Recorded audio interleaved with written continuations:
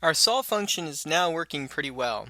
Using the outer two loops, the I and j loops, uh, it works through each row and column of the maze, going from left to right and from top to bottom, looking for a cell that has something less than 255 in it. And the first time that happens is when it comes to the target cell where it sees a 0. Then it goes through the K loop, the direction loop, and it looks north. And this cell value is not updated because there's a wall in the way. But then when it looks east, it does update this cell. It adds 1 to whatever's in here, so 0 plus 1 is 1. It does the same thing to the south cell. And then when it looks west, it doesn't update any values over here because there's a wall in the way. After cycling through all four directions, the I and j loops, it jumps out of the K loop and back into the I and j loops and winds up in this cell. Then it goes back into the K loop and it looks north and it adds 1 plus 1 to get a 2 here. The cell to the east isn't updated because there's a wall in the way. Thankfully, this keeps us from getting inconsistent values in this part of the maze array. It looks south, and so 1 plus 1 is a 2, and then it looks west. And it doesn't update this value because it's already less than 255. After looking at all four directions again, it jumps back out of the K loop and finishes going through the I and J loops by going through here until it gets to this 1, jumping back into the K loop, looking north, doesn't update it because it's already less than 255. Looking east, doesn't update this one, already less than 255. Looks south, doesn't update anything down here because there's a wall in the way. And then it looks west and it updates this value. That's all our solve function does at this time, which it's great, but it's obvious that we need the solve function to solve for the entire maze, not just the lower right corner. So to make it solve for more of the maze, we need to run the portion of code that does the solving more than once. If we were to run it more than once, here is what would happen.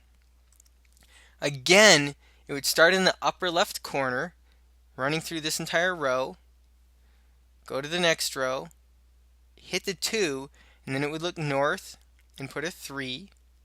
It would look east and not do anything because there's a wall. It would look south and realize something's already been updated, and then it would look west and put a 3 here. It would then go to the next row and not update anything, and then it would go to the last row, see this 2, and then update the north, not the east, not the south, but the west cell as well. It would keep doing this until ideally we would keep doing this until all of these values were filled with something meaningful. To do this, let's go to our solve function, and then right below where we set the target cell, let's go ahead and add another loop. I'm going to create a for loop because that's the easiest way to run this portion of code multiple times. And I'm going to say for int n. I'm using n because I don't have I, j, or k I can use, so I'll just use n. N is equal to 0, and n is less than 2. This will allow it to run twice, and then n plus plus. That'll increment it. I'm going to have an open ellipse here, and then I'm going to go down here and put another ellipse. Then I'm going to highlight all of this code and hit tab so that all my white spacing is it makes sense. So now I've added an outer loop that's going to run the portion of my solve function that actually solves for the cells twice. Upload it to your Arduino, and let's see how it works. Okay, it's working as expected. We're solving for more cells than just this little part right here. We're getting this next layer, these 3's in there. But I'm going to have to run it more than just twice to get the entire maze filled.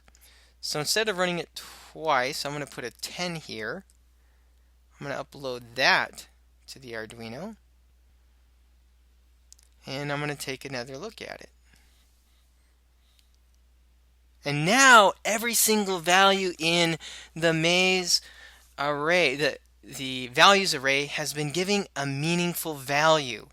This is fantastic. We could actually solve this maze now with this algorithm, with this solve function.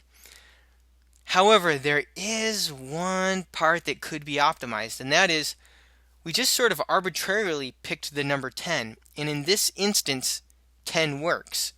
However, if we were running our mouse through a 16 by 16 international micro mouse competition maze, 10 probably wouldn't be enough. We'd have to pick a larger number. And it would be hard to tell what that number should be. It might be a really big number, it might be a smaller number. We wouldn't know ahead of time. And so then we'd have to just pick a really large number to make sure that all of the values were always filled. The problem is our code would probably run extra. It would go through these loops far more often than it would need to in order to solve the problem. So to correct this, to make the code work optimally, only run through this portion of it as many times as it needs to, we're going to switch this from being a for loop to a while loop. So instead of for, I'm going to say while, and I'm going to create a new variable called continue solving. It's a Boolean, which means it's just true or false. And I'm going to set it equal to true to begin with. And so long as continue solving is true, we're going to keep running through this code.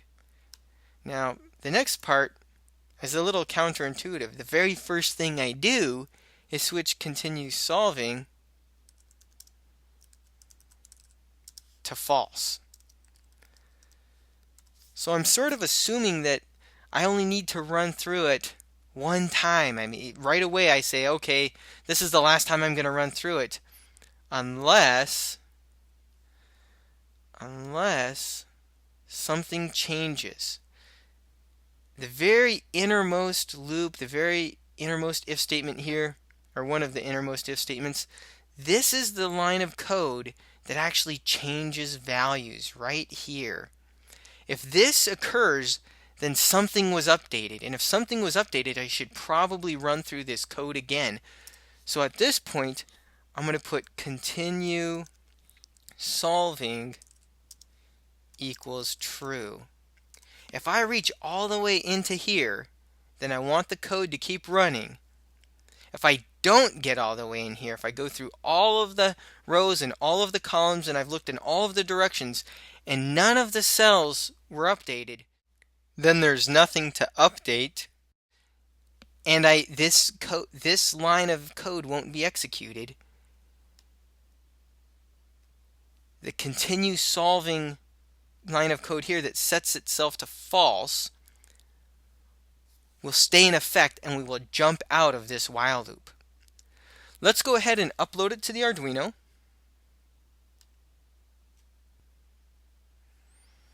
And see how it works.